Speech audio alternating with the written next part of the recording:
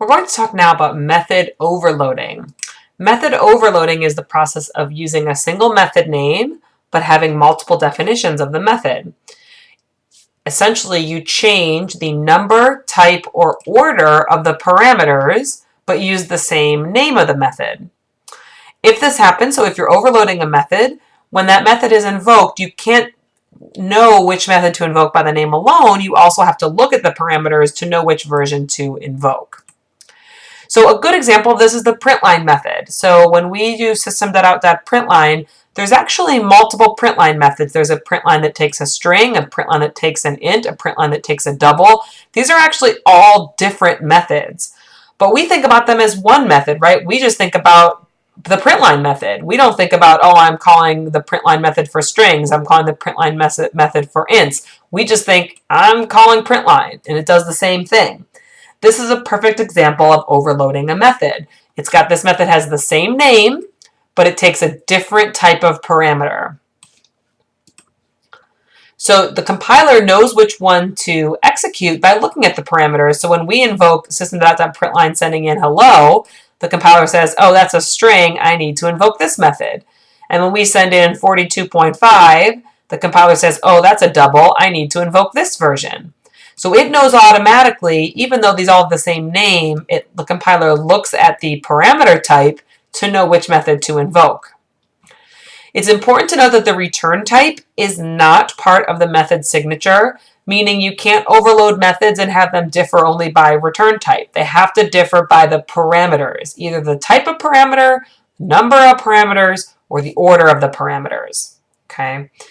Overloading methods is pretty common. It's very common with constructors. So it's really common to provide different ways to set up your object.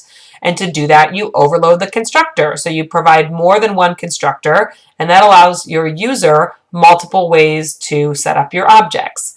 We're going to revisit the idea of overloading constructors at a later date. But just for now, keep in mind that overloading is very common with constructors. But we're going to look first at overloading with just regular methods. So here's an example. These first two are examples of overloaded methods. The method's called try_me. Here you see the methods have the same name, but the first version takes in a single integer parameter, and the second version takes in an int and a double. So these are overloaded methods. The methods have the same name, but different signatures, meaning different parameters.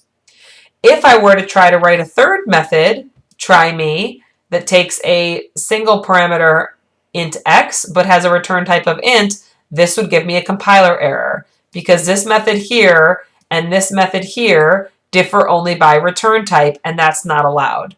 They have to differ by the parameters.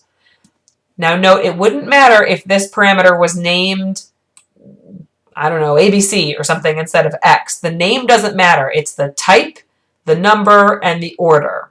So I could have a try_me method that takes a double comma int. That would be allowed. But I could not have one that takes int a and double b. The name of the parameters doesn't matter. It's the type, the order, and the number that matters. So what is this good for? Well, it's good for exactly the situation we thought about with println. When you want your user to be able to do different things, be able to provide different information to really accomplish the same thing. So you think about println, from a user's perspective, they're just printing something. We don't want the user to think about, what am I printing? And I don't want to have to make them call different methods. Like, it would be very annoying if I had to call print string, print int, print double. Boy, that would be a pain. I just want to call print.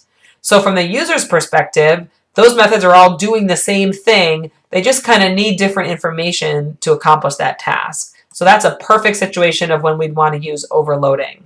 Okay. Again, if you have multiple methods that really do the same thing but need different inputs, that's when you want to overload. If you have methods that really kind of do something different, then you should not overload those methods. You should give the methods two different names. But if really the underlying functionality of the method is the same, but you just need some different inputs, then potentially that's a good case where you can overload those methods. So let's actually overload the roll method in our die class. So our roll method, which is still pretty boring, just changes the value on that's showing on our die. But it might be helpful to be able to roll a die multiple times, right? So the roll method allows us to just roll a die once, but maybe we want to roll the die 5 times. Well, we could just do it this way in the driver program, right? I could say d1.roll, d1.roll, d1.roll. Boy, that's kind of a pain. So it might be nice when I'm designing my class to think, if that's something my user is going to do a lot, roll multiple times, it'd be nice for them to be able to say, instead of this,